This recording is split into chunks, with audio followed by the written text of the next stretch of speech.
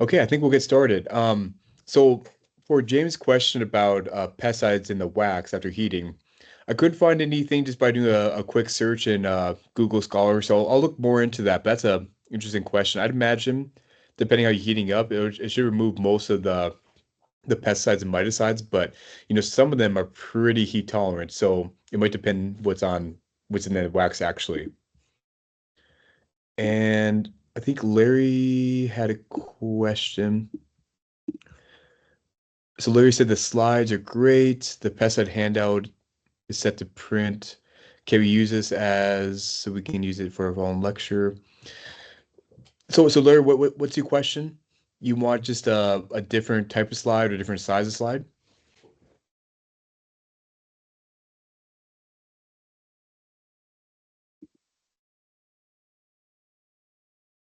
Okay, maybe Larry's not back yet, but yeah, Larry, if you want to kind of ask me what your question is about the slides, let me know. And yeah, so Dan said, if a frame has entombed pollen, should you throw it away, or can you remove all the wax?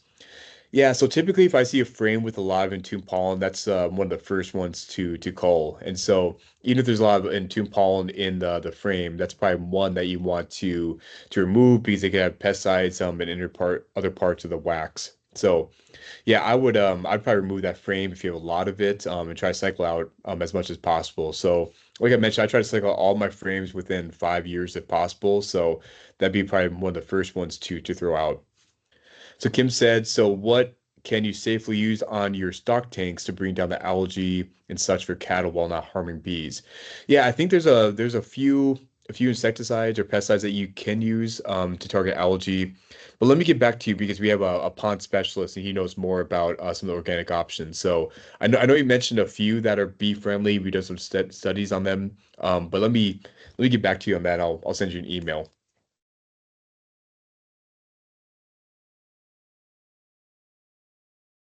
Okay, perfect. And if there's any more questions, please let me know. Maybe Heather has some that I haven't answered yet, but looks like she's been able to answer all of them in the chat.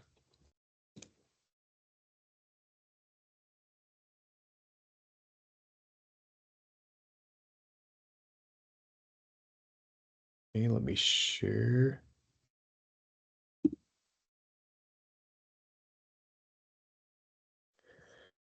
Okay, so the next part we will talk about Varroa management and how to deal with these pesky Varroa mites. And so as beekeepers, this is something that we have had to deal with since, around 1987. So it's not a new problem, but it's a problem that has progressively gotten worse due to resistance to some of the treatments and some of the viruses that they transmit. And so as beekeepers, we need to really find ways to deal with the varroa mites and deal with ways to manage the varroa mites.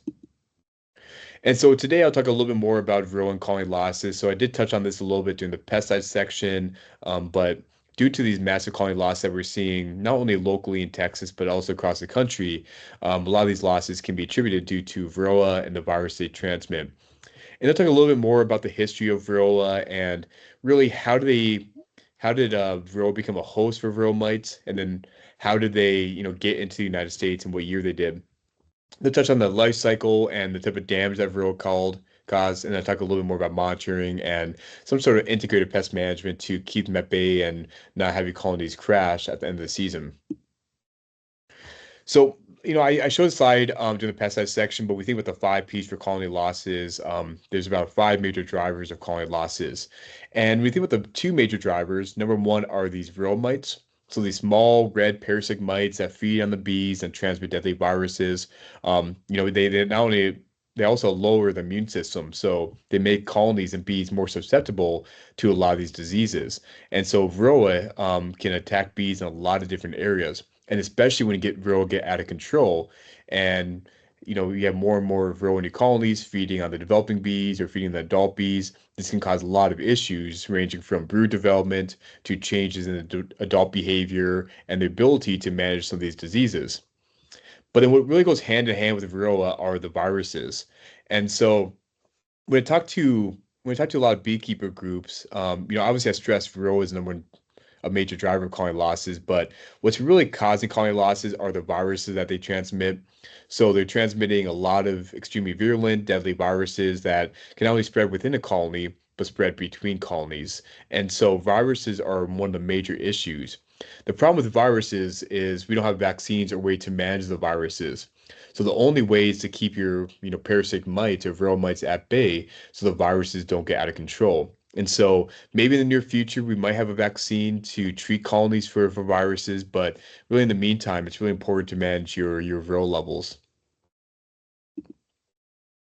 And like I said, when we, combine Varroa and viruses, they contribute to maybe around 60 to 70% of colony losses. And it really depends on the year. Typically, colony losses are attributed to mites in, August, September, kind of that early to late fall. And, but this is to say that Varroa hasn't always been an issue. This is when the Varroa start overwhelming the colony, starts transmitting viruses that overtake the colony, and this we start seeing the crashes related to Varroa mites.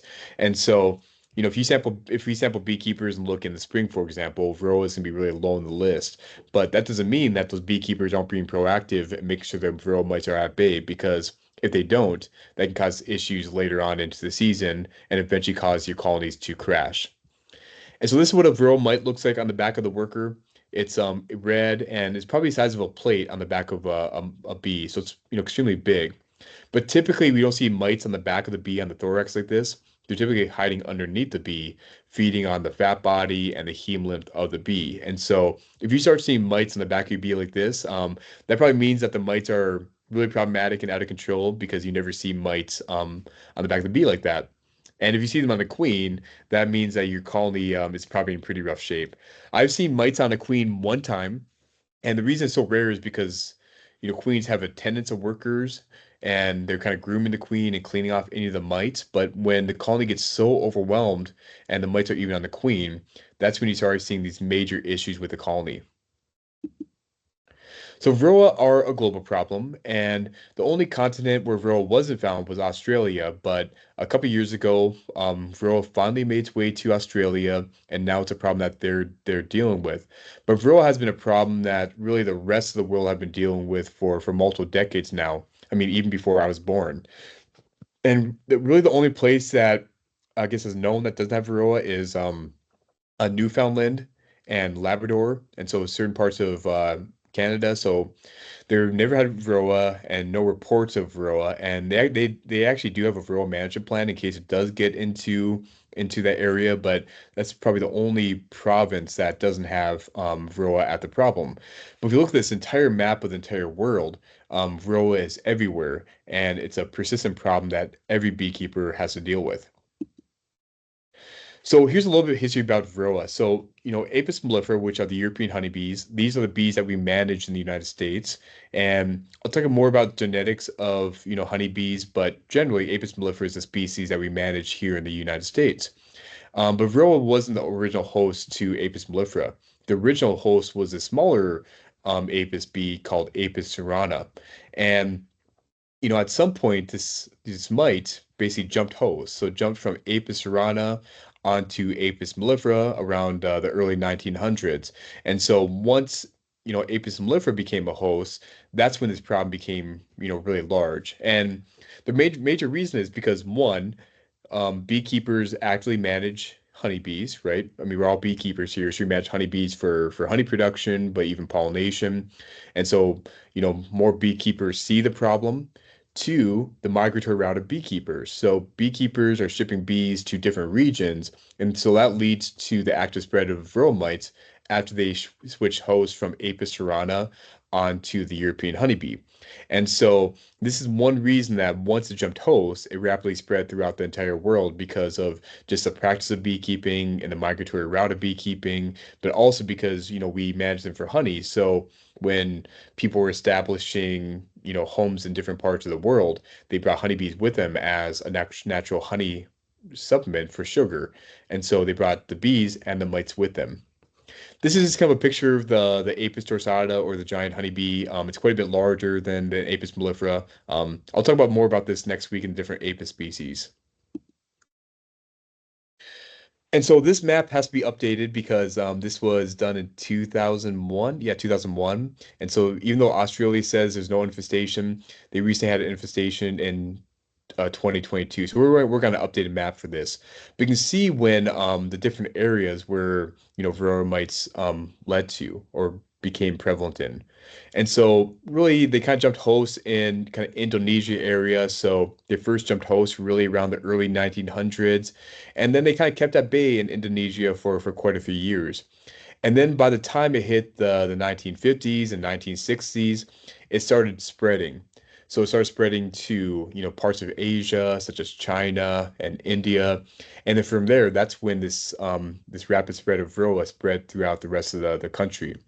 And so even though there's this gray says no reports, it's because kind of the way they monitor for some of these pathogens and diseases. But Africa and other parts of Europe that are marked here, they do have Varroa currently. And so by 1977, it spread into the Russia and into Germany, and then it was first introduced into the United States in 1987.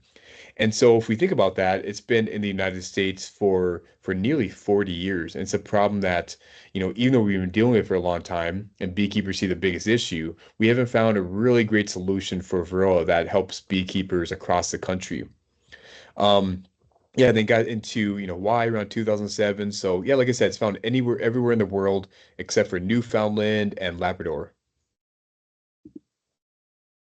So a little bit about Varroa mites. So Varroa mites lead to increased colony losses. So we know if there's more mites in the colony and your bees are either bred or truly managed or treated for Varroa mites, that they can really explode in population, spread to more workers within the colony, and cause some of these colony losses. It can also lead to reduced honey production, which is something that most beekeepers are managing colonies for.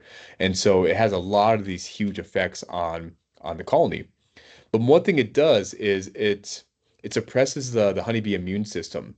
So as these mites are feeding on the bees, it's feeding on the bees, it's lowering the immune system and makes the bees prone to a lot of these other diseases. And so that's why I see a lot of co-infections involved with Varroa mites. So if you have a lot of Varroa mites in your colonies, you might see other co-infections such as bacterial infections in the European foul brood or fungal infections like chalk brood. It also makes them more susceptible to viruses. So Rheumatoids are not only transferring the viruses, but they're making the bees more susceptible to the viruses so they can have a bigger, larger effect on the entire colony. And so the mite typically attaches itself to the bee on their hemolymph or the blood and also the fat body. So I think with some of the research from Dr. Ramsey, I think a lot of people think that the mites only feed on the fat body, but the mites actually feed on both the hemolymph and the fat body. So they kind of switch how they're feeding throughout different stages. So during development, when they're in the larval stage, the mites are primarily feeding on that fat body so they can reproduce, lay eggs, and then go through mating. Whereas when they're in the adult bees, they're kind of primarily switching between feeding on the hemolymph and feeding on the fat body. So, mites aren't primarily feeding on the fat body. They kind of switch between the hemolymph, which is all the nutrients from the blood, to where the fat is. So here is a typical life cycle of a varroa mite. So varroa mites typically start at this phoretic stage, and phoretic stages basically means that they're outside the brood and they're on the back of a worker. And the workers are basically, wandering through the colony doing all their tasks, but they're actually, taking that mite with them and spreading them to other workers within the colony. And so mites need to stay in this phoretic stage for, a few days to also multiple weeks. But one thing that we are learning is that the mite behavior is changing, and so this phoretic stage is getting lower and lower and lower. So, and as I'll talk about brood breaks a little bit more, if that phoretic stage gets really low, it's gonna be harder and less manageable to keep these mites at bay. But the phoretic stage is just one way for the mites to piggyback on the workers and spread not only throughout the colonies, but this is where you start seeing drift between colonies. So if you have mite levels in one colony, they crash. Those mites can drift with the workers to other colonies. Or if colonies are going to flower sources or other colonies. This phoretic stage allows these mites to transperse multiple colonies. So once the mites are ready to, start laying eggs, they jump into the cell. Now mites are really smart because they know that they jump into the cell. One, it's harder for beekeepers to treat them, but it's also harder for the bees to find the mites and remove them from the colony. And so, if the mites in this phoretic stage, there's a lot of really cool behaviors that the bees have, such as grooming, to help remove those mites and keep those mites at bay. But if they're hiding inside the cells, that makes it much more difficult for the bees to actually manage the mite levels. So what they do is the mites jump right into the cells right before it's capped. And so this fifth instar. And then, a few hours to maybe a day later, this cell's capped and the mite's kind of hidden in the cell. So once it's capped and the larva reaches this pupa stage, so that's when they start spinning cocoon. That's when they're getting ready to go through metamorphosis. This is when the mites begin to feed on the fat body and get ready to begin laying eggs. And so they're doing this for a couple days. Once the larva reaches pupation, so goes through metamorphosis, and you start seeing this kind of adult form, this is when the mites actually lay eggs. And so they typically lay a male and a few females, and those male and females are actually siblings. And those siblings will mate with each other and then produce new mites. Once that female mite is, I guess, inseminated by the male, that male dies, and those mites will emerge and go back into the phoretic stage. Now, one thing to note here is that the development time differs between a worker, a drone, and a queen. And so queens only develop for 16 days. And so that's one reason that you don't see mites inside those cells, because that short developmental time isn't a great environment for the mites to not only feed, lay eggs, but also mate. But because drones develop for 24 days, that's one major reason why the mites prefer the drones, because one, they develop for 24 days. So that gives them more opportunities to lay eggs, mate, and produce more mites. But two, drones are bigger and have larger fat bodies. So that just provides some more feeding resources to feed on and reproduce and produce more and better mites. So that's really one reason that you don't see them as much in the queen cells. I don't think I've ever seen a mite inside a queen cell. Maybe you have, just leave in the chat, but typically they're mostly found in the drones. But if you don't drones in the colony, they'll reproduce in the worker cells. So these are what the different mites look like. So this is the adult female. So this is a mated female that you will see on the back of a worker or underneath a worker. So if you're doing an alcohol wash, you'll typically see these kind of dark red mites, but they actually also have different colors. So some can be kind of a lighter red color, some can be a darker red color, but in most cases they're this kind of dark red color with all these hairs and these small legs that allow them to kind of move, go under the basically the skin of the bees and hide from the workers. This is what an egg looks like. It's extremely small. You almost need a microscope to find it. And so, if you know that your mite levels are really high in your colony, you want to see if you have eggs, you can see these kind of small white sacs inside the egg. And this basically they hatch into a proto-nymph. And so unlike honeybees, mites go through what we like to call hemometabolism. So what that means is they're not transforming from a larva to an adult stage. They're basically molting from a small mite to a bigger mite. So basically the small mites look the exact same as the bigger mites, but they go through molds to get bigger and bigger and bigger. Once that proto-nymph becomes either a female deutonymph or a male deutonymph, this male will eventually become adult male, and this adult male will mate with the adult female. They'll inseminate the adult female with somewhere between 5 to 6 sperm cells, and that allow the adult mite to emerge and then eventually jump into the next cell. And so this is what all the different mites look like. So one thing I'll talk about with Varroa sensitive hygienic behavior, you can actually tell whether these mites are fertile or sterile. And so one thing we do when we do the Harbo assay for VSH is we open up the cells and we not only count how many mites are in the cells, but whether they're fertile or they're sterile. So one thing with Varroa is to understand their life cycle. And their life cycle is really aligned with the colony life cycle. And so I'll talk about this a little bit more as we go through, but it's really important to, one, understand how colonies grow over time. So I want you to focus just on this black line. And throughout a year in Texas and really throughout the US, honeybees go through, or honeybee colonies go through these four major stages. So number one is this dormancy phase. So this is typically when the colonies are in their cluster, they're overwintering, and they're getting prepared for the spring season. Stage two, This is about where we are now. This is when the queen starts ramping up egg laying. This is when brood starts increasing your colony. And this when your colony is basically leaving from that winter stage or that dormancy phase into that colony increase stage. So this is when your colony starts getting bigger and bigger and bigger. And stage two is typically occurring right around now, all the way up to June. Whereas stage three, this is when your colony really reaches its maximum size. This is when your colony's at its biggest size, and it's probably not going to grow much larger. So this is when your colony has maybe somewhere between 10 to 20,000 bees within a single colony. After that, your colony size begins decreasing and getting ready for the winter. So things with colonies is they can't have large colonies going into the winter because it requires more sugar and honey to make it through the winter. So colonies want to get a bit smaller to form, clusters that can make it through an entire season. They're also shifting, and this will be really important. They're shifting from summer bees, which only live about 3 to 4 weeks, to winter bees, which live for multiple months.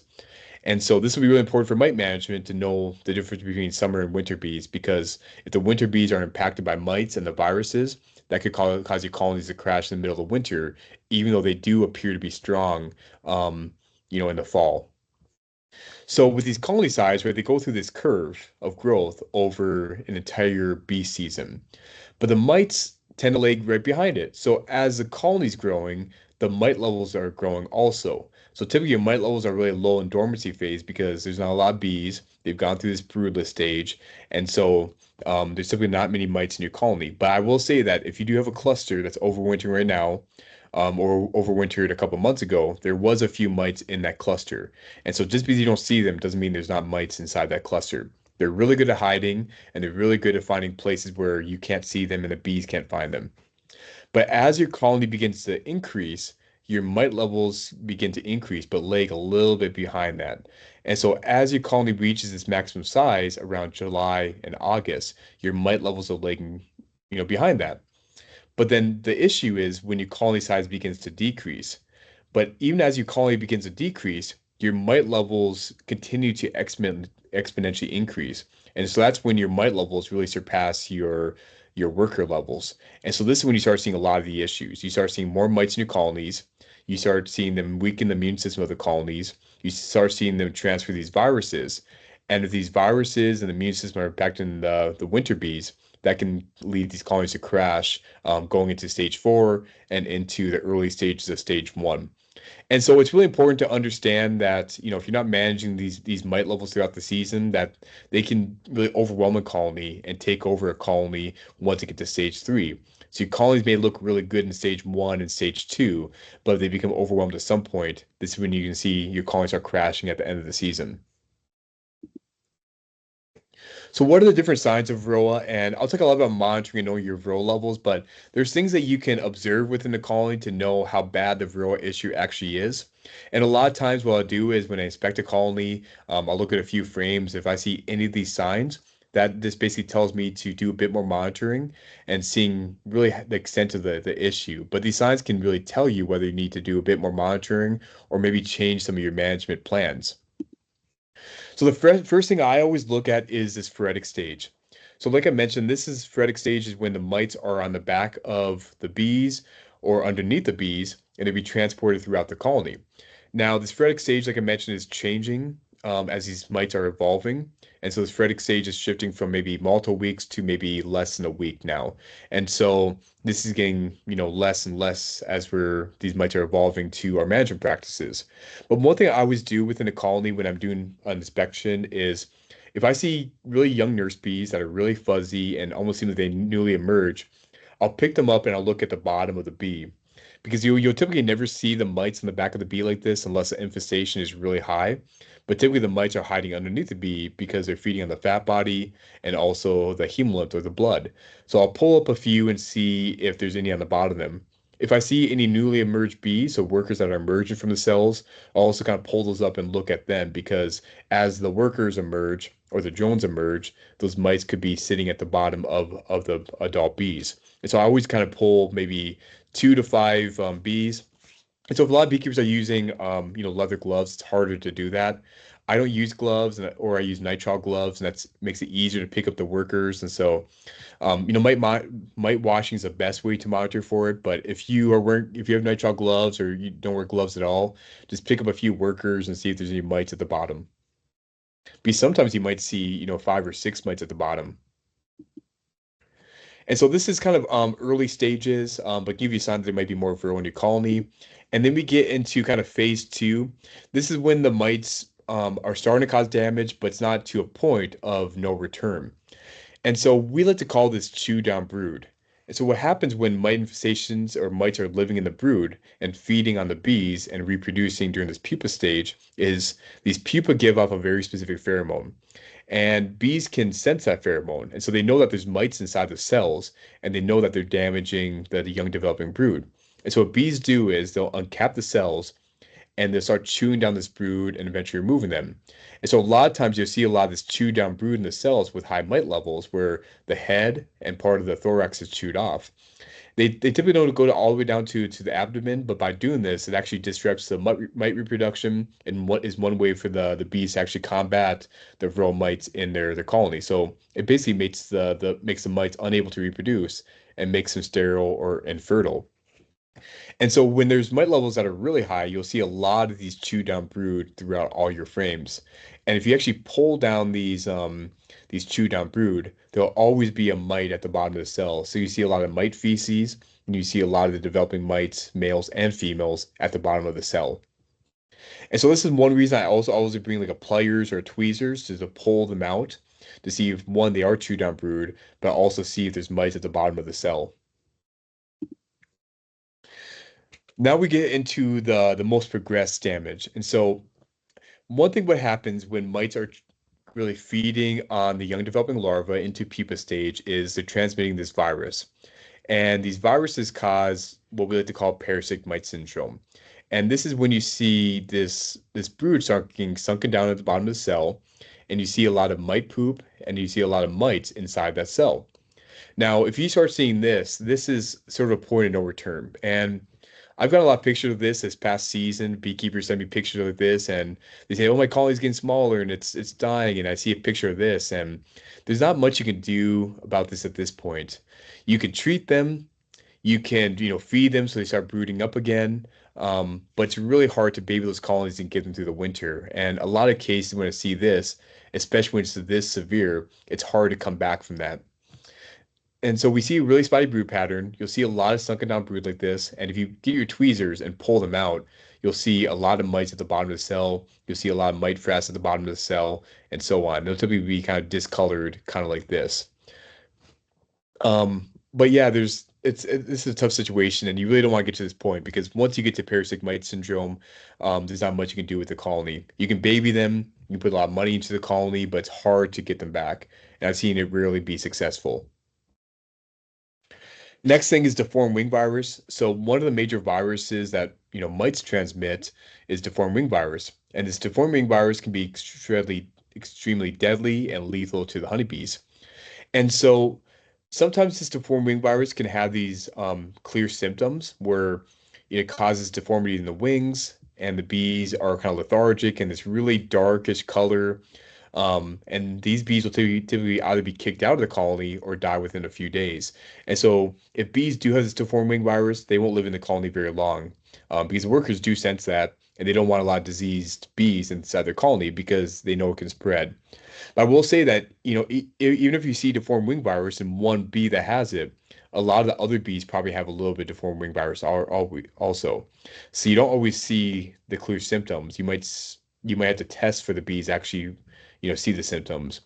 And one thing I mentioned with diagnostic lab is we'll be offering virus testing here pretty shortly. And so if you are concerned about virus levels and want to test for deformed wing virus, this is something that we will test for.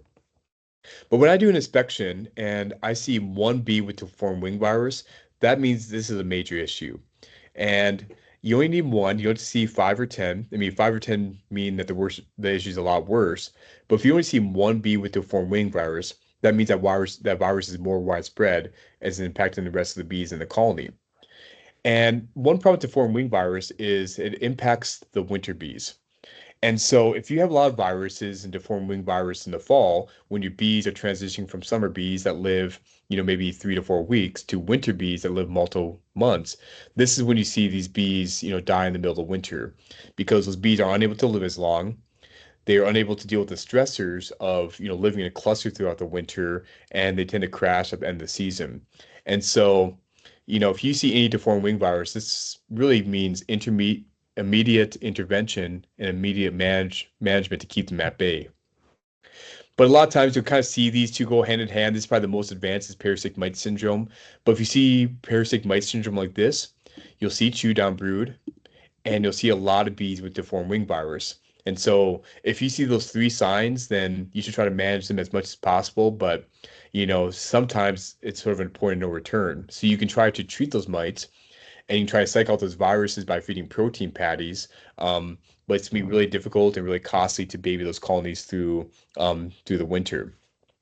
But one thing I do recommend if you do have a lot of these viruses in your colony, a lot of deformed wing virus, one thing I try to do it, and I think it's been successful for me, is I try to treat the mites immediately to get them really practically zero per 100 bees. And then I feed a lot of protein patties because you want to get new winter bees into the colony because you know that these bees won't be able to make it through the winter. So you want to try to feed them as much as possible and as much protein as possible for those colonies to brood up and get new bees that can actually make it through the entire winter. Now, fortunately for Texas, our winters are, pretty short compared to the Midwest, and so you have a lot of opportunities for, getting more brood in the colony, more opportunities to replace these disease or infected bees. Whereas in the Midwest, you basically have 3 to 4 months, and there's not much you can do. So there's some benefits for being in Texas, but it's still an issue and can cause issues as you try to go through the winter. Another sign is this mite poop. And so if you see a lot of mites inside your colony, or high mite infestation levels, you see a lot of these kind of white specks throughout the colony. And so these are kind of all waste products or mite feces that are from the mites.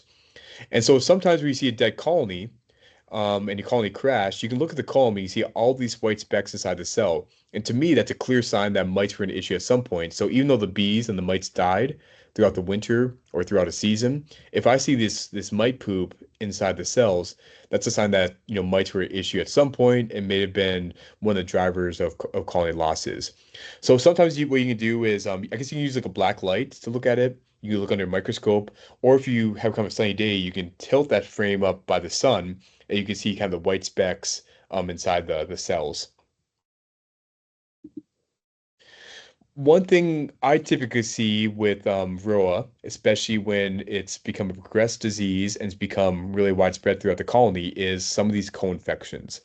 So a co-infection is an infection that's not directly caused by the Varroa, but it's indirectly a result of Varroa. So what I mean is when Varroa are feeding on the bees, transmitting viruses, that weakens the immune system of the bees and it makes them more likely to have some of these other diseases. And so a lot of times when I see high Varroa levels in a colony, I see a lot of European foul brood. So this is a bacterial infection, and it causes discoloration in the brood from this yellowish color, but can also lead to scaling extremely advanced. Now, this is probably the most advanced case of European foul brood I've ever seen. You've probably never seen European foul brood this bad ever. But if you do have high viral levels, you might see a few cells with this discolored yellowish brood in it. And so knowing what a healthy brood looks like, kind of this white color, versus what an unhealthy one looks like this yellow color, is really important. And that's also one reason I bring a tweezers to the field is I try to pull one that looks healthy and pull one that doesn't look healthy because it can be kind of hard looking to the cell to see if they're infected or not. So I always try to pull them out, set them next to each other to see how they look. But if you think it's European foul brood but you're unsure, you can either contact me in our extension office or you can contact the Texas Apiary Inspection Service. But really, we can apply this with antibiotics, and you need prescription from a veterinarian, but you have to treat the root of the problem rather than the European foul brood. So, in a lot of cases, the root of the problem is actually the Varroa mites. So, if your Varroa mites aren't at bay, it doesn't matter how many antibiotics you apply; it's not going to clear up the issue. Okay, so next we'll get into Varroa management and how do you keep these Varroa at bay. So when I think about Varroa management steps, there's really three major steps. So one is to understand the life cycle and how it interacts with the colony cycle. And so, colonies go through these four major stages throughout a year, from phase one all the way to phase four, and the varroa mites lay behind that colony growth and then eventually surpass it around stage three. So it's really important to understand that life cycle and try to disrupt that life cycle as much as possible so those mite levels don't surpass the colony levels. And so what I mean when I say understand life cycle is to be really proactive and to make sure that they're managed and under control early on so they don't get out of control and they don't surpass the colony size and colony health. Second is to monitor. So for me, even if you're buying resistant stocks from a beekeeper, and they're part of a selection program, or you're starting with feral stocks, or you're starting with or you're doing like a treatment management, it's really important to monitor. So regardless if you have a resistant stock or not, or if beekeeper markets their stock as resistant, it's extremely important to monitor to know where your mite levels are. So, I'll talk about resistant stocks a little bit more, but it's never you never know if they're resistant or not because queens open mate. You don't know what drones they mate with. So even though the original stock could be resistant, you don't know about the stock that the queens are mating with. And so it's important to monitor at least once a month. So I start monitoring probably here in Texas, probably starting in March, and I do them once a month all the way up into probably September or October. And typically what I try to do is do monitoring before and after a treatment just to see how effective it was. Because if the treatment or management practice wasn't effective, I might want to change my strategy and learn more about what's going to be effective for me. And then when I say treat just basically means a way to manage your mite levels. And so there's different ways to treat. You can use start with resistant stocks. You can use chemical treatments. You can do chemical or mechanical treatments. And so there's different ways to manage your mite levels and keep them at bay. So when you think about understanding life cycle, it's really important to understand, how the colonies grow throughout an entire bee year, but understand how the row levels grow and lag behind the colony level until it surpasses it between stage three and stage four. And so as a beekeeper, your goal is to really disrupt this rural population. You don't want this to exponentially grow and lag behind the colony. You want to disrupt this throughout phase stage one and stage two. Because if you wait until stage three, one, the colonies are really large, there's a lot of brood in the colony, and the mites become more and more difficult to control. So if you're disrupting your mite levels at stage one and stage two before they get to an uncontrollable level, that's the best way to keep your mite levels controlled throughout an entire season. And so you really don't want to be reactive and depend on stage three. You want to be proactive and try to keep them at bay at stage four, one, and two. And I'll talk about that a little bit more, but it's really important to understand these different stages and what you should be doing at these different stages. So number one is monitoring. So like I mentioned earlier, I try to monitor at least once a month to see what your viral levels are. It's really important to know how high the levels are and whether your colony needs some sort of intervention or management practice. And so typically I recommend, less than one mite per 100 bees in the spring and then three mites per 100 bees in the summer. Those are kind of general thresholds, but we're still working on some of these thresholds to learn more about when beekeepers should be managing. But we do know if your mite levels are more than one mite per 100 bees in the spring, that can cause massive issues later in the season. But we do know if you keep them lower in the season, they won't become a problem later on. So it's really important to kind of keep them below that threshold if possible. And we do know that if you do have a resistant stock, that they will maintain these mite levels at extremely low level. So we know pole lime, which I'll talk about, and mite biters, their mite levels never surpasses one mite per 100 bees. So it's also a really great way to know whether your stocks are truly resistant or not, or whether you need to get a new stock or whether you need to have your own type of breeding program. But one thing, never rely on visual observations. So if you're opening up cells and see a lot of mites on them, or if you're picking up adult bees and seeing mites on them, that's not a reliable way to know whether your mite levels are high or not. You may see a lot of mite levels, but there's certain standards and certain protocols that we use to know how high the mite levels actually are. So we have three major monitoring methods. So number one is the powdered sugar roll. Number two is an alcohol wash, and number three is the CO2. Now, powdered sugar roll was very common about 10, 15 years ago. I think some beekeepers use it, and really the major benefit of powdered sugar roll is beekeepers don't think it kills the bees, but I think it does damage the bees a little bit. I mean, shaking bees in general probably give them a concussion, but I think some beekeepers feel more comfortable using powdered sugar roll because they think it might keep the bees alive and not kill the bees. Um, but what typically happens is they get a jar and they put this kind of number eight mesh on the lid, and they put 300 bees into that jar. And so 300 bees is about half a cup. So you get a half a cup, scoop the bees, not the queen, into that jar, and then put about 2 tablespoons of powdered sugar into that. Then you shake it for about 30 seconds to a minute, and then you shake it over, or you shake it in the jar for about 30 minutes to uh, 30 seconds to 60 seconds, and then you shake it over a bowl or a plate, and you measure how many mites are at the bottom. And so, because this is 300 bees, your threshold is based on 100 bees. So if you have 9 mites after doing the powdered sugar roll, then you divide that by three to get 3 mites per 100 bees. And so that's how we're using our thresholds. Now, there's some limitations for powdered sugar roll. The number one is it's less effective, and I guess it's not as accurate if it's really humid outside. And so if you're living in the southern part of Texas, like Houston or certain parts of East Texas, where it gets extremely humid, this method is not going to be as accurate because the powdered sugar roll will, I guess, start to clump up, and the bees will be unable to shake out the mites into the powdered sugar roll. But also, one thing that makes this less effective is if you have a lot of bees that bring in nectar. So as you shake the bees, they're basically regurgitating that nectar they collected from the field, and that's causing that sugar to clump up and cause more issues. And so even though powdered sugar roll is something that a lot of beekeepers prefer because it doesn't kill the bees, it's not going to be as accurate as some of these other methods. The gold standard is really this alcohol wash method. So you can buy this kit from any bee supply store. I think the Bee Supply and Man Lake, they all sell this Vito Pharma Easy Check. It already includes everything you need. It includes a filter, includes the cap, and everything you need to shake. So what happens is you pour 300 bees in here, so half a cup. You put in either 30% alcohol, so you can buy this at any CVS store or anything else. You can use windshield wiper fluid if you want. I use windshield wiper fluid a lot. It's easy to get at any gas station. You can also use water with a few drops of soap, and all those different solutions are highly accurate. We call them alcohol wash, but you can use windshield wiper fluid or just soapy water. And then you shake them for about a minute, and then at the end, the mites are falling through, but the bees are staying inside this mesh. And so you count how many bees at the bottom.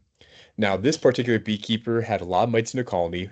I think there's maybe 30 or 50 mites in there, and so their levels are extremely high.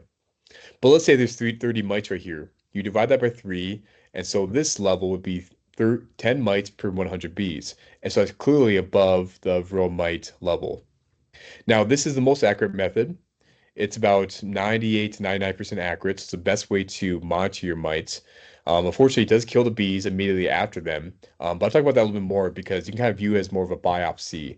And these workers are replaced every 3 hours. And so you're not really damaging the colony as much as you think think you are. And it's better to sacrifice a few bees rather than sacrifice the entire colony. And then we have the CO2 method. So Vito Pharma also developed the CO2 method. So you use really the exact same easy check device. You put the CO2 cylinder in it, and obviously knocks out the bees. You shake them for a minute or so, and you got the mites at the bottom. So I've used it a few times. One thing it's not as accurate as alcohol wash, but it's still accurate. But I think a lot of beekeepers like it because it doesn't kill the bees, and allows you to potentially sacrifice the bees. But just like the powdered sugar roll, if you're shaking those bees for about a minute, it probably gives them a concussion. It probably impacts their behavior. Maybe we should do a study on bee concussions. I don't know, but if you are relying on these, just know that the bees might die, even if you think you might be saving them.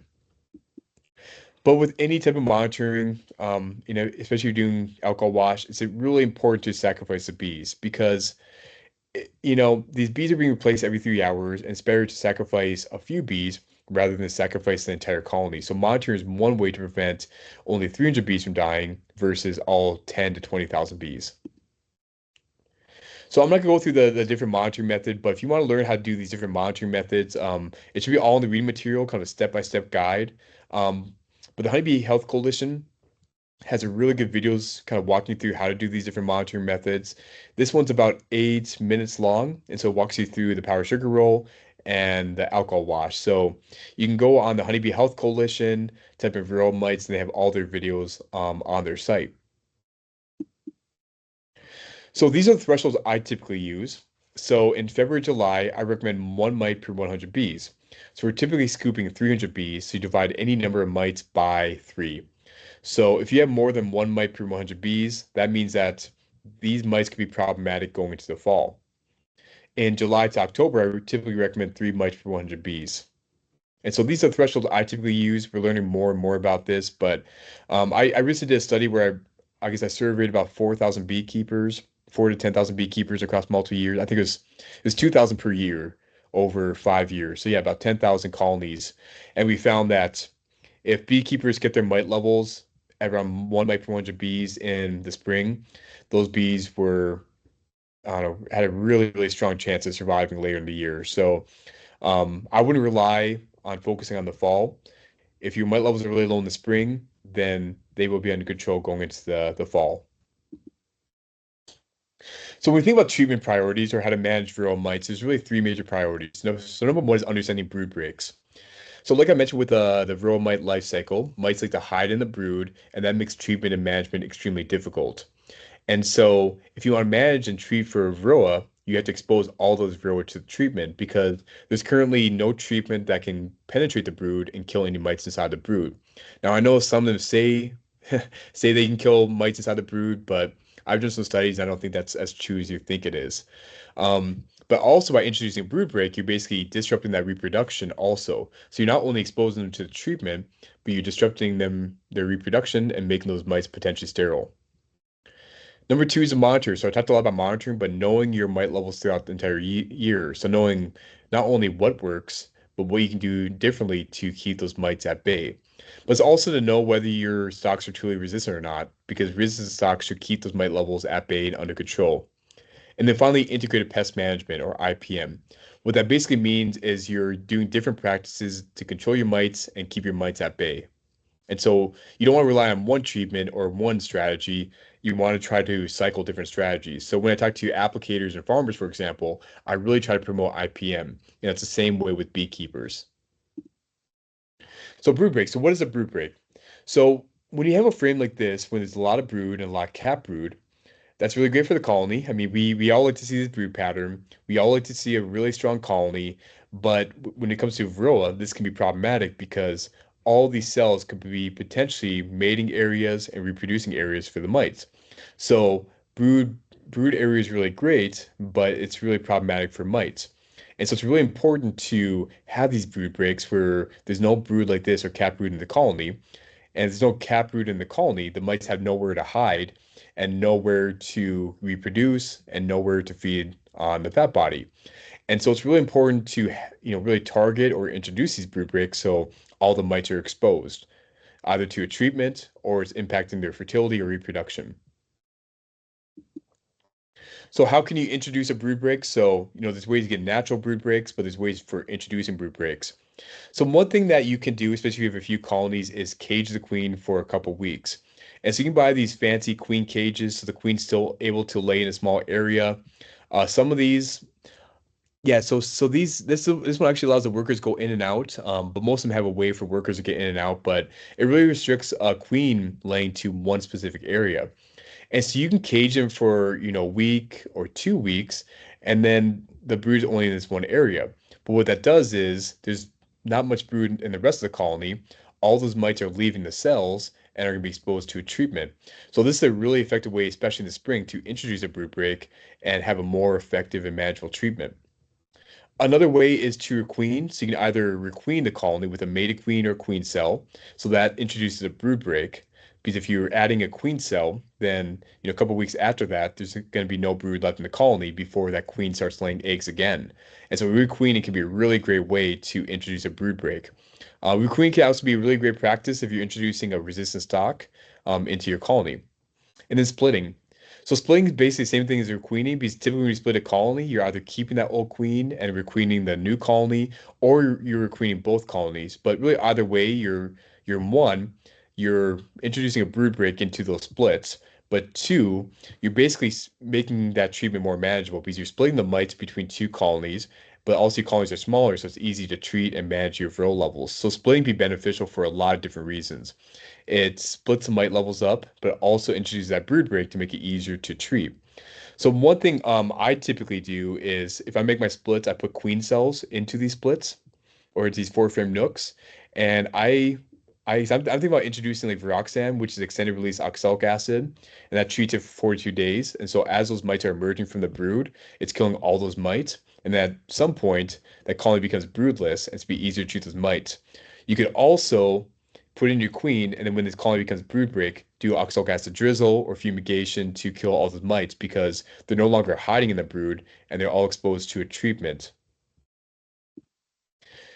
So when we think about drill management, I think about IPM. So this is kind of IPM strategy. The bigger parts are the ones you should focus on, and the smaller parts are ones that you may want to sort of get away from if possible.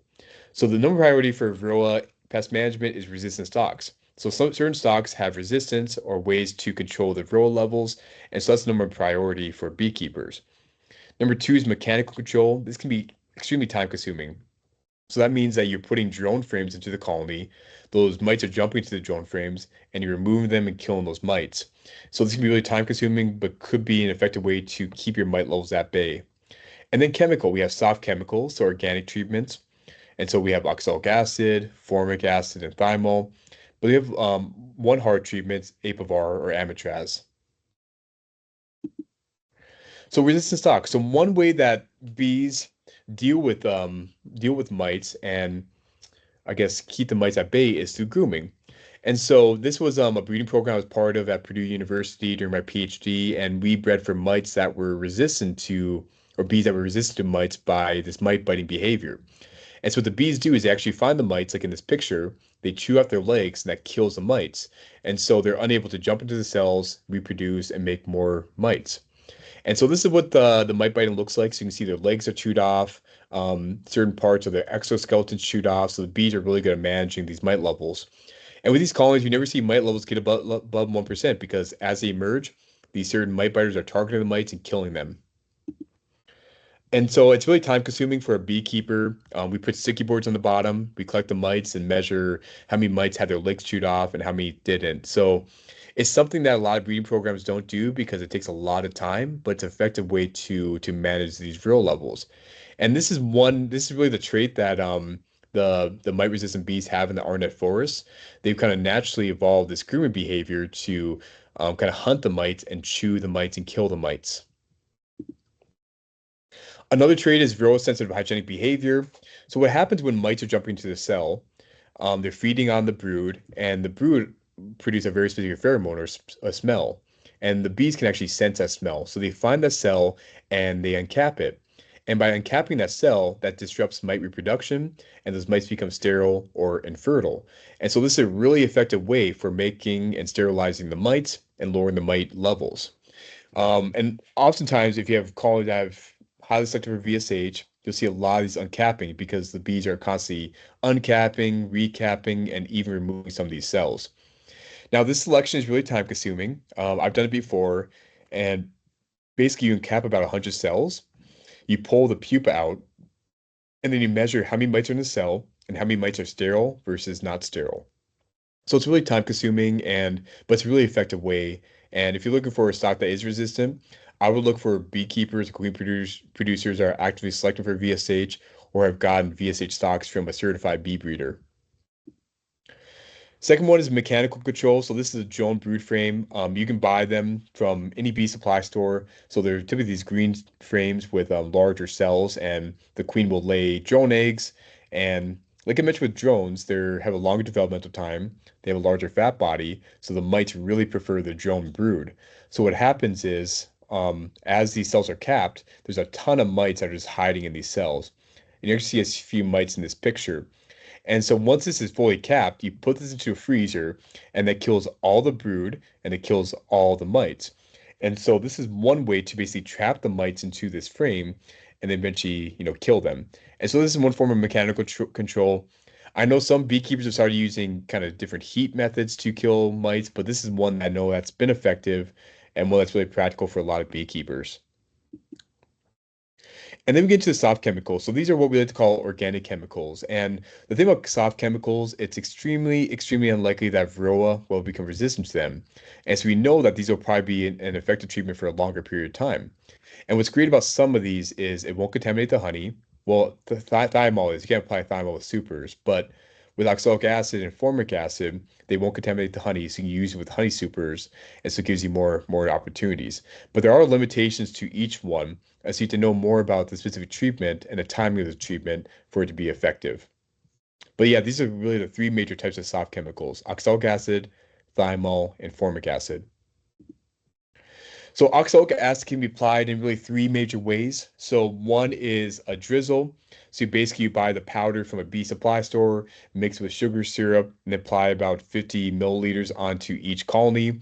And so you can just drizzle it throughout the entire colony. But the one thing to note is it doesn't work well with brood because you're only applying it that one time. So the only the mites that are contacted by the oxalic acid are dying.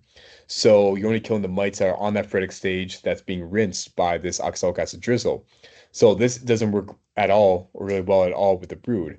It might be able to kill a few, but you still have a lot of mites hiding in your brood. It's a contact treatment. So as you're spraying that over a colony, it's only going to kill the mites that the solution is contacting the mites. And so it's a contact treatment. It's not dispersing throughout the colony. And then it has a very short window. So, I mean, basically the timing of treatment. So it doesn't work for multiple days as the mites are leaving the cells. Fumigation, this is same thing as drizzle, doesn't work well with brood. It's also contact treatment, so the mites only die either contact by the vapor, but the vapor can disperse through an entire colony and kill mites, I guess, more accurately than a drizzle. But it also has a short treatment window. And so with these two, if you want to rely on these, it's probably best to apply this every 5 to 7 days for about 3 to 4 weeks. So you basically kill all those mites as they emerge from cells. But like I said, if you have a lot of brood in your colony, you're always going to have mites hiding in those cells, and you're unable to kill the mites with these two treatment methods. Roxanne is a brand new oxalic acid treatment. It comes in these strips, but what's really great about this is it's an extended release treatment. So it works for 42 to 52 days, I think. 46, 52 days, yeah. And so as the mites are emerging from the cells, these strips are killing the mites, and it's an effective way to kill mites over time. This is also a really great strip to put in with your splits, because as your colony goes broodless with a new queen, it's going to not only kill the mites as they emerge, but kill all the mites during that broodless stage. And what's nice about all these, it's not temperature dependent, and I'll talk about that a little bit more with Texas, is our problem with Texas is temperature. Thymol is temperature dependent. So the label says 59 to 105 degrees. I definitely would not recommend using at 105 degrees. I really just I wouldn't recommend it really above 85, 90 degrees. But their labels does say 105. But if it gets too high, it can impact the queens and the colony. And one thing I see with thymols, if you have an older queen, like a 2-year-old queen, it tends to kill the queen and cause damage to the queen. It's a fumigant treatment, so as the heat heats up the thymol, it spreads to the colony and treats the colony, or treats the mites. What's good about this is extended treatment, so it kills mites over 2 to 4 year periods. So as those mites are emerging, it's going to kill the mites as that goes. Formic acid, Mighty Way quick strips. This is the most toxic, or I guess harshest form of formic acid, not toxic. And harsh is because it's more temperature dependent. So you shouldn't apply when it's above 85 degrees Fahrenheit, and really I don't apply if it's above 80 degrees for a week. It could potentially kill the queens and colonies if it's really warm. And so one thing I typically do is try to move the brood boxes and separate them just by about half an inch to apply more ventilation, or sometimes I add a honey super so it can ventilate the colony a bit more and doesn't cause the harshness of effects. Um, yeah, so it must be well ventilated. And it's typically a 1 to 2 day treatment because it's really harsh and it kills the mites right away. But because it's harsh, you need to make sure that these temperature are consistent and below 85 degrees for about a week or 2 weeks. Formic Pro is their new formulation. So this is an extreme temperature. So they say you can apply between 55 to 92 degrees. Once again, I probably wouldn't apply if it's above 85 degrees, but that's what they labeled it as, and they probably have done some studies. But if it's above that temperature, it can cause issue with the queens and the colony. Same with Mighty Way quick strips. It's a fumigant treatment, so it's spreading through the colony and then killing the mites throughout the colony. And so instead of a contact, it can go throughout the colony and kill mites. But same with my way quick strips, keep colonies well ventilated. So add a super if needed. Maybe split the boxes to have like a half-inch space between them so they can be ventilated. Screen bottom boards could also be another good method. What's good about this one, it's a 2 to 4 week treatment, so it can kill mites over a 2 to 4 week treatment as those mites are emerging from the cells. And then, Amitraz, this is the only hard chemical that we currently have on the market. It's a long treatment, so it works for 42 to 56 days. And so you can put into your colony and it'll consistently treat mites for a longer period of time. And so what's really great about this treatment is it's not temperature dependent. But the issue is we're seeing known viral resistance across the country, especially here in Texas. And so it's tough to know whether you tested for Amitraz resistance in your colony to know if this can be effective or not. And so this is something that I think beekeepers really need to get away from, because I've seen beekeepers that have high Amitraz resistance, and I just know if you put this into a colony, it's just not going to work. So you can try it. You might not be resistant, but just know that may not be effective because of that. Especially you buying, colonies from a different beekeeper and you don't know if their mites are resistant or not. Because if you're buying their bees, you're buying their mites. Yeah, and if you want more information about how to measure Amitraz resistance, just let me know. It's a very, very simple test. It only takes about 30 minutes per colony, and I'm actually going around beekeepers across Texas to measure it.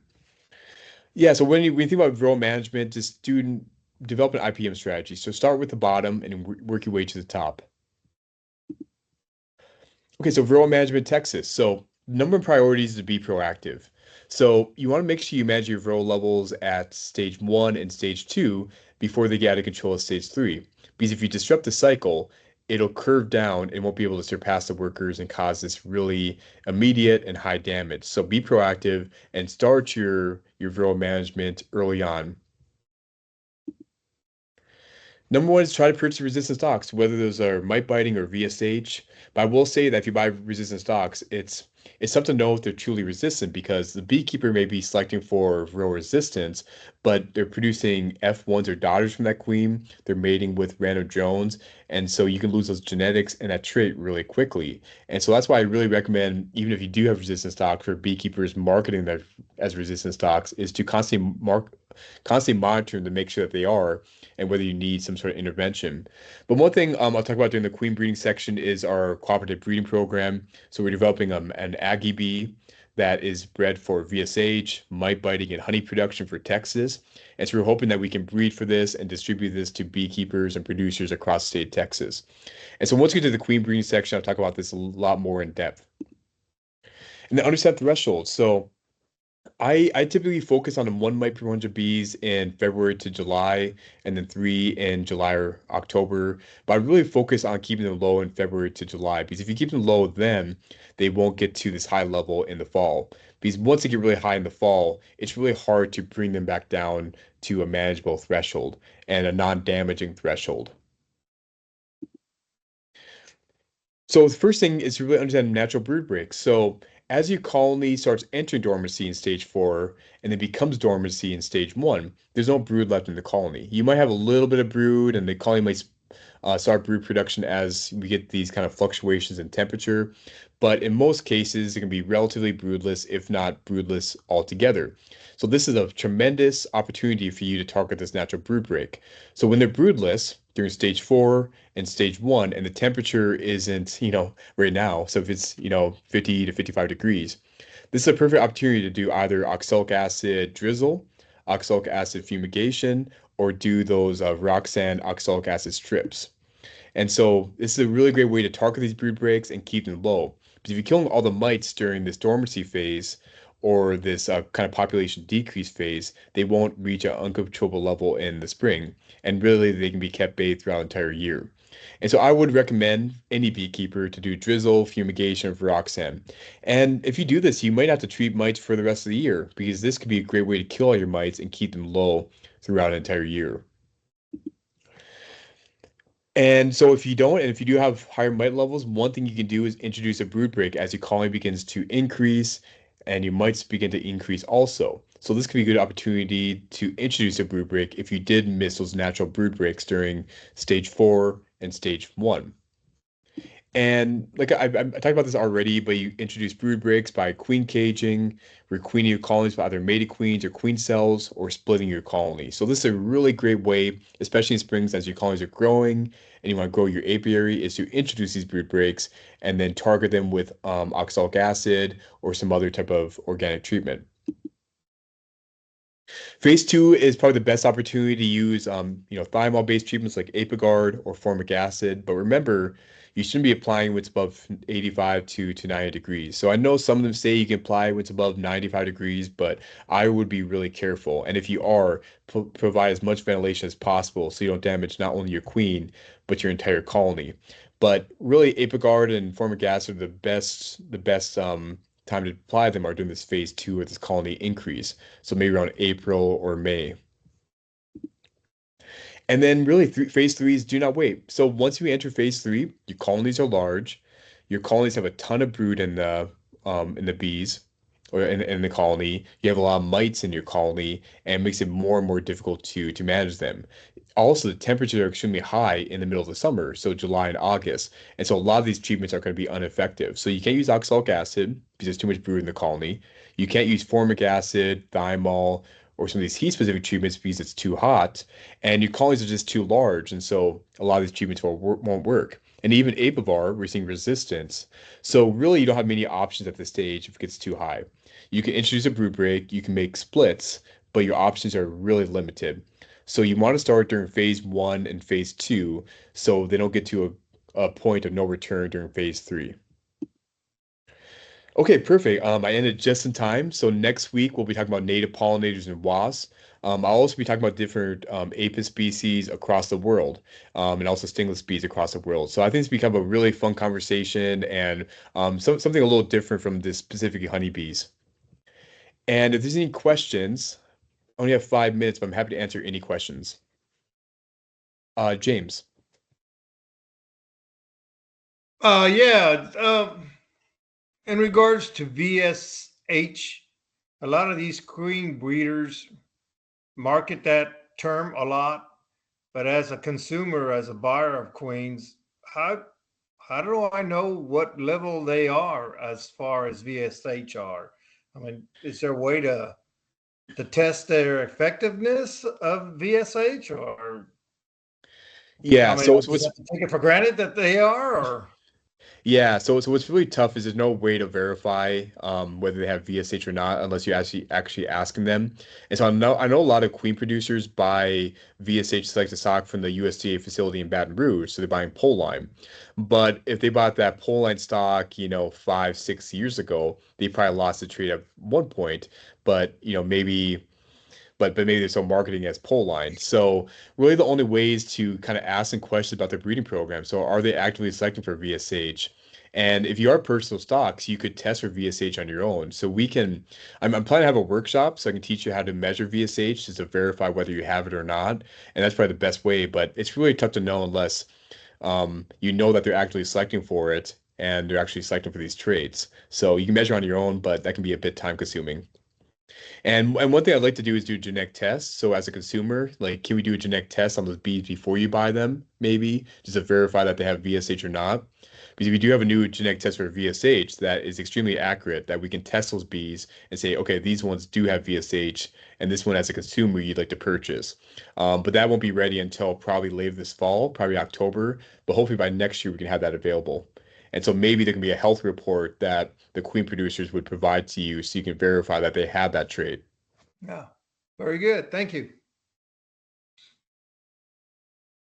Okay, perfect. Was there any questions in the chat? Okay, VK? Dr. Slater, do we do we monitor the mite levels first and then do the treatment, or preemptively do the treatment first and then check the mite levels later if it worked or not?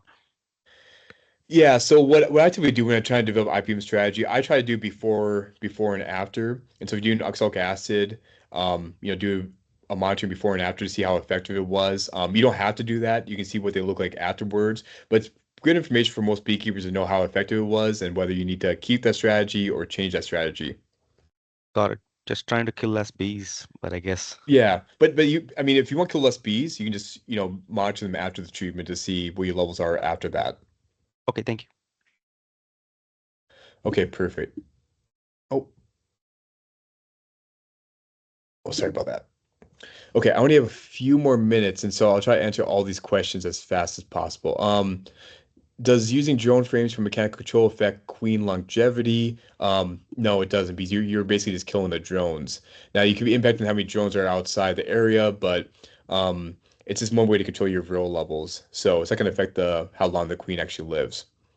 Then Autumn Paul says, can't you put a medium frame in a bigger box, then cut off the drone frame? And they cut out. Oh yeah, yeah. So putting a frame in the medium box and cutting out the drone frame. Yeah, you don't have to freeze them, so you can cut them off and take them that way. Sometimes it's easier just to freeze the frame and then put it back in the colony, and the bees will clean it up, and then the queen will begin laying eggs in it again. Okay, perfect. Well, yeah, so next week we'll be meeting on Tuesday from 9 to 12. I'll send you more information, but we'll send more information about the slides in the Google Classroom and all the recordings. And we'll also probably have a quiz after this. It's not graded, but just to gauge your knowledge of what you learned, but also what I'm teaching. So thank you everyone for attending, and we'll keep in touch.